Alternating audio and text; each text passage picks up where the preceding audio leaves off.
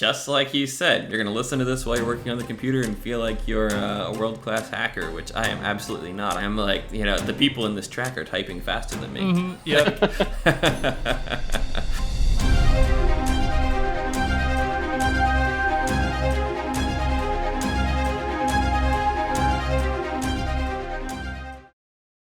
All right, guys, welcome back to the Soundtrack Scores podcast. This is episode 6. I'm Steven. I'm Michael. I'm Robert. And this week we're going to be covering Beast, the film starring Idris Elba. We're going to be covering that soundtrack by Stephen Price. We're also going to be delving into the Rings of Power. Michael did an in-depth review on our weekly newsletter, which you can sign up for in the description below. Robert also reviewed Tom Clancy's Siege. It's an interesting video game there. I also talk about Mr. Robot, which is a fascinating score for working. It's great background music. And then we talk a little bit about Daniel Pemberton, who has a very eclectic career. How was your guys' week? The Plague Tale soundtrack dropping was super exciting. I had to wait until y'all were ready to react to it, which I'm looking forward to watching. Yeah, yes, indeed. We just recorded that reaction, so that'll be up for you guys. Probably a day after this comes out, I guess, with the scheduling. So tomorrow for you, that'll be out. Yeah, Michael? I wrote a poem the other week, and that was an interesting challenge. just because I like to challenge myself and be like, I want to do something that's hard. I have something that's hard for you. Now you get to compose a soundtrack for the poem. Oh gosh. No, that is not just hard. That's like near to impossible. Oh, nonsense. I don't like to say impossible. Impressive, Michael.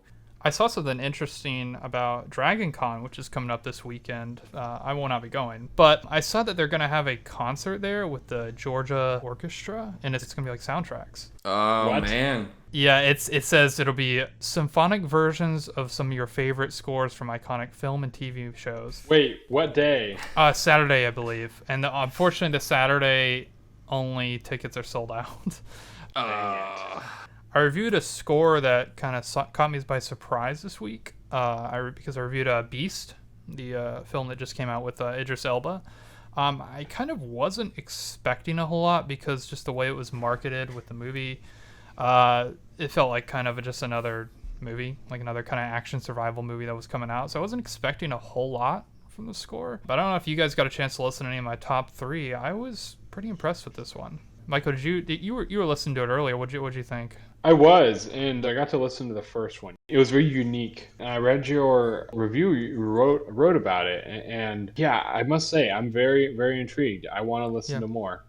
Yeah, it's interesting because there are the kind of like the strings and the percussion definitely felt a little bit, I don't want to say generic, but they felt very familiar with a lot of other action movies. But then they had these layerings of vocalizations and vocals and other things that just made it have a unique flair to it. Robert, what did you think overall? Because I know you said you listened to it while you were working the other day. I did, and I did that deliberately to see if anything would jump out to me, because that's usually how I find the tracks that I listen to on a regular basis. Yeah. I think the opening was very unique. Yep. Yeah. Beast was good. It definitely had the Stephen Price sound. Okay. So I know, I believe Michael's doing a quick take on Fury in a couple of weeks, which is Stephen Price and one of my favorite soundtracks as well. But it didn't seem to have a discernible theme. Yeah. And maybe there was, but it wasn't something that when I was working and listening to it, I was like, here's the theme. Like, I heard that it was pitched as Jaws with a lion. Okay.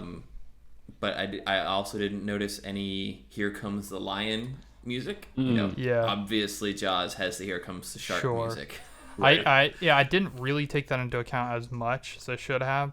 For me, I was listening to the whole thing and I was like, this is just like, it's got some unique stuff to the actual tracks, but I guess it doesn't have a iconic theme of sorts or one that could become iconic as much. Something I've noticed with soundtracks that layer a lot is soundtracks that layer very well, they don't sound like it doesn't sound like there's too much going on. I feel like a layered score, it seems to be a whole like skill in and of itself. You know what I mean?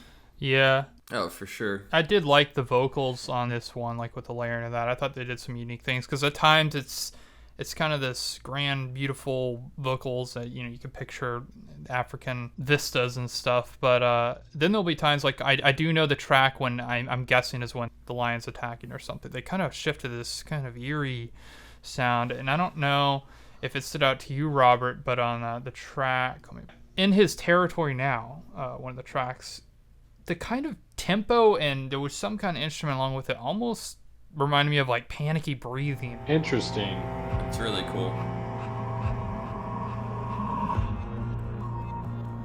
And that, I mean, just unique things like that is why I scored it a 4. Yeah, I did some interesting things, and I was overall impressed with it because I'm not as familiar with Stephen Price's work, but I was kind of expecting something a little bit more just kind of action, survival, generic, and I was impressed overall. Yes, no, it definitely had a distinct sound. I'd say more than another action film that came out this year in Jurassic World Dominion. Yeah. But 4 is high for you, Steven. I know, it's very high. I was really going back and forth. I was like 3.75, 4. I was like, well, just those unique elements of it I really enjoyed, so I'll give it a 4. Yeah, Into the Pride Lands was one of the ones that jumped out to me when I was listening, and I checked the phone to see what was playing, and then also the credit roll track, I assume, the final one. Yeah, the vocal track. I'll almost include that in my top 3. I just enjoyed some of the others more, but yeah, that was an interesting one.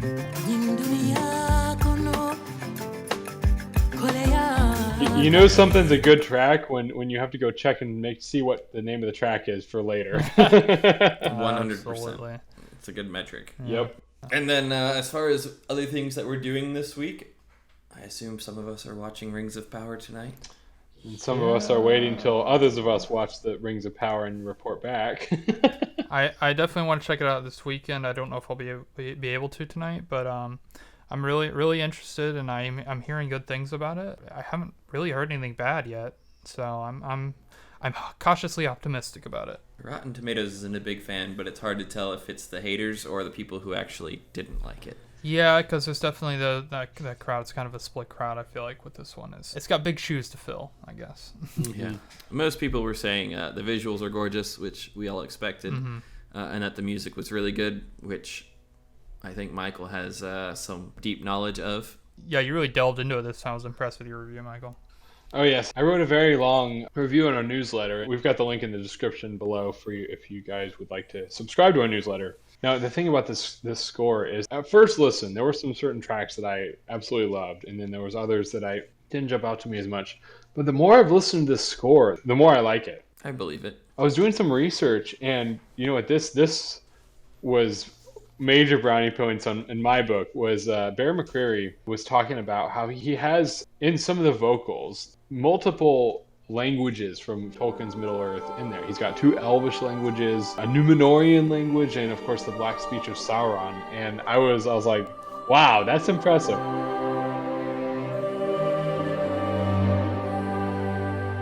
I have heard that they may be releasing soundtrack releases for individual episodes. I did too, actually. Yes. I'm glad that you're liking it more the more you listen to it. I will say that I have come to like it more as I've listened to it. So I think I gave it a 3.25 when we did a reaction video. I think the score as a whole is certainly higher than that, maybe much closer to a 4. Mm-hmm. And, even going back to when we were kids and listening to Howard Shore's music, we listened to it so often that you picked up all the nuances and all of the things he were doing. So I think it's worth noting that our quick takes are exactly that, right? They're a first-time listen. Here's our first impressions. But a lot of those will probably improve the more we listen to them and get a better sense of what the composer is trying to do more subtly than a first-time listen picks up. Especially after watching the show, I think we'll kind of, if there's like a moment that you really connect to, and then there's the theme, you're like, oh, you go back and listen to it, that's got more of an emotional weight to it now. Mm-hmm.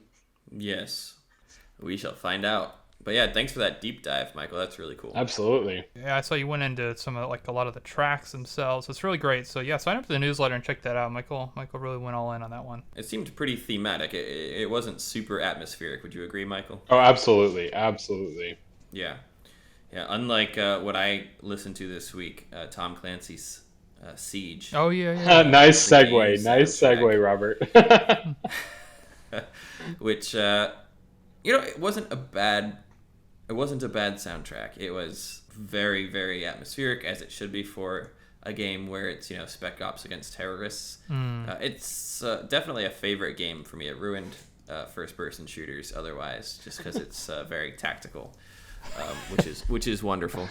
Oh, in a good way. Yeah, I mean, it's very tactical in a good way. Yes. Okay. Yeah, unlike Call of Duty, which is just run around and try not to get shot. Hey.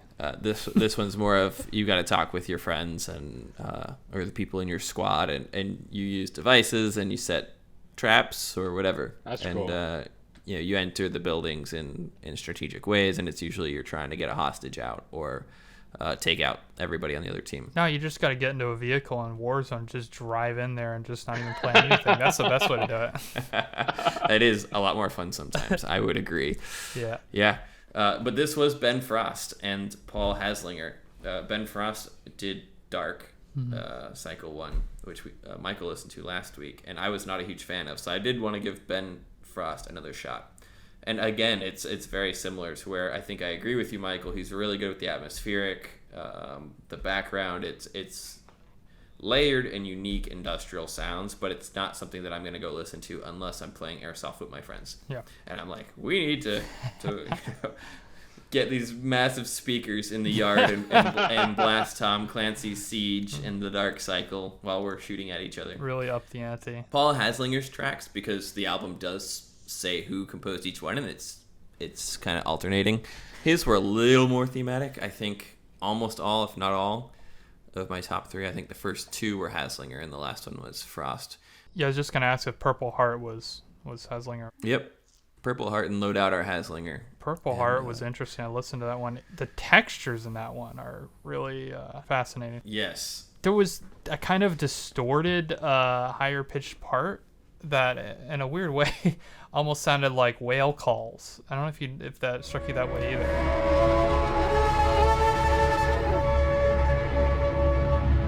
Yeah, that might be the theme. You'll hear that when you open up the game on the main menu. Okay, it almost sounded distressed, or not melancholy, but kind of.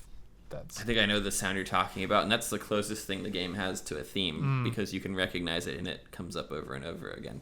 I've come to like it. The classic sort of wailing sound to it. Yep. Yeah, wailing. Yeah, that's in Loadout as well, I believe. Yeah, I do like that sound.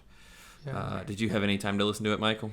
I did. I listened to your favorite, Purple Heart, and I want to listen to it again, and I also want to check out some of those tracks where you do hear the sound you hear in the menu, because that intrigued me when you were talking about that. It's cool to me when a score can have like even just a sound or a tone or a texture that is instantly recognizable. And I think it kind of makes me think of that kind of atmospheric textures you hear on the menu for Alien Isolation, that game. It's very minimalistic, but it's instantly recognizable. I always love when a score can do that. Yeah, absolutely. And it's not hummable at all, because I have no idea how to make that sound. It is enjoyable and recognizable. So there's a crack in my theory, I suppose. It is interesting with the texturing, though. Like Mr. Robot did that with the main theme as well.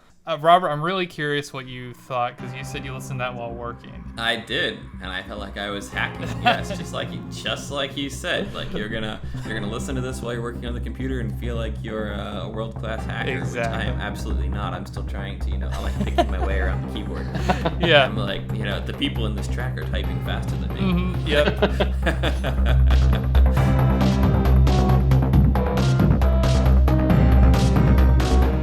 It's one of those soundtracks. It's not the most beautiful soundtrack. It's not the most complex, but I listen to it when I want to work and really get in the zone, and it's amazing for that, in my opinion. So yeah, it's one I revisited this week. So it's a favorite of mine, just for that reason.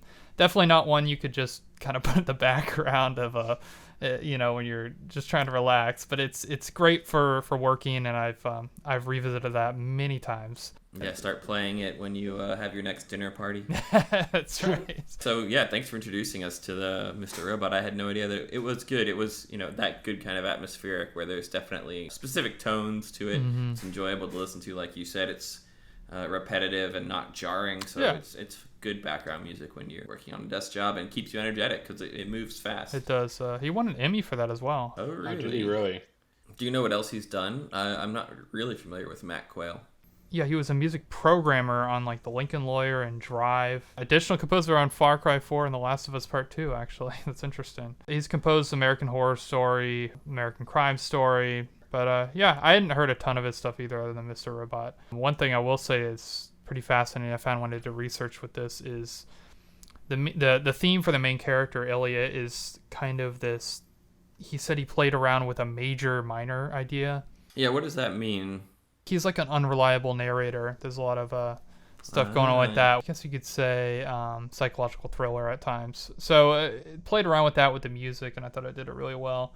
It's a good soundtrack for working. That's my category for Mr. Robot. I was very impressed with your composer spotlight this week, Michael, because this guy, I did not know, Daniel Pemberton, scored a TV documentary at 17 years old. Yeah, I was blown away. I think it was like something he did at age 16 caught the attention of someone who brought him on to score a documentary. It was hard to find exactly like the sequence of events, but I know at one point he got the attention of Ridley Scott, who was impressed with some of his work and actually brought him on for some of his projects later on. He did Ridley Scott's film The Counselor, and then a TV movie called The Vatican. Two of the ones that he did that I really love. One of them, Man from U.N.C.L.E., and then Spider-Man Into the Spider-Verse. He has a way of using a variety of musical mediums, like he used some choral or orchestral and electronic. And as I discovered when researching on a previous podcast, we were talking about Man from U.N.C.L.E., is he used some very eclectic instruments. Like I think he used some pipe organ in there, which is in a spy soundtrack is very unique. And then, of course, as we discussed, he used like something that is not even traditionally an instrument, a milk churn. That's nuts. I know. It's so cool when composers just, they dive into the project so much that they are able to find instruments that are not instruments per se. Exactly. And they work just fine. Yes. Yeah, and then Into the Spider-Verse is completely different. It's very electronic. Oh, yes. In fact, I don't know if you've listened to the character, the Prowler, is the villain in that. His theme is very distorted, but it's an interesting theme. Very, very different from Man from U.N.C.L.E. Yes, So, yeah, certainly. Seems like a talented guy. Oh, yes. Yeah, and traditional is a good way to put it. The first time I ever listened to Pemberton was Guy Ritchie's King Arthur movie. Oh, yes. Pretty certain. Which I actually enjoyed that score. It's but again, untraditional is the right word. It's an untraditional Arthur retelling and an untraditional score, but it fit it very well. Interesting. I didn't want to say there was like some electric guitar and but it was good. It was enjoyable. Yeah. I still go back to it on occasion, actually. Really? The soundtrack or the movie? The soundtrack for King Arthur. I have not seen the movie since theaters. Like I said, it's a good sword and sandal movie. If you forget it's about King Arthur. Oh, so you did Molly's Game as well, Michael? He did, yes, he did. But you're a big fan of that movie, right? Oh, I love that movie. Yeah, it's great. And I think he did Aaron Sorkin's next film from a couple years ago. The name is escaping me at the moment, but he went on to score another film with Aaron Sorkin. If you don't know, Aaron Sorkin directed Molly's Game. Right. Yeah, yes, he did. I remember you really liking it. Daniel Pemberton must just have like a great personality then to get along with three such different directors. I know, right? Right, because Guy Ritchie. He's worked with Darren Aronofsky. Oh, really? Apparently. Let's see. Jeez. And then Ridley Scott and Aaron Sorkin, like all incredibly different style films. Yes. Apparently, he's, of course, slated to score the next two Spider-Verse movies, which I believe the next one is supposed to be next year. And so I imagine the soundtrack will be accompanying that. I'm looking forward to that. The third one is supposed to be the year after. So they must be, I wonder if they're working on them kind of back to back. They must be. Yeah, I think there's going to be a back-to-back thing. What's really interesting, I forgot that he composed this, which I've not seen the movie. I heard it wasn't that great, but I've listened to the soundtrack a bit. It's the longest movie title ever. Mark Felt, The Man Who Brought Down the White House. So Liam Neeson. Never even heard. Yeah, Liam Neeson movie about the Watergate. I think it was the informant in Watergate. But it's very it's got some piano. It's a very political thriller type sound, almost reminiscent of House of Cards. That sound. Gotcha. If you've heard it, but the soundtrack from what I heard of that one's not bad. I guess he also did Yesterday, which is interesting because it's like the Beatles type movie. Huh. Oh, neat. very impressive skills. I look forward to hearing what his next Spider-Verse soundtracks sound like. Me too. Speaking of which, Steven has something that he needs to hear. Is this some Spider-Man version? We will see. Oh, that's gonna be. Steven is in the hot seat for Guess That Track. I am indeed. Yeah, Michael, do you want to give me a timer on this one? So, let's see if I can beat Robert's 15 seconds last time. All right, so I have this ready to go. Count me down, Steven. I'll start a timer. Okay, on 1. 3, 2, 1. Oh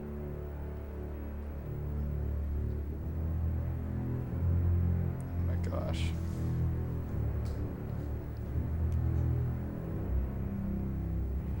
Oh, this is mean. This is cruel, Robert. There's nothing recognizable yet. Oh, come on. Oh, Pirates of the Caribbean? No.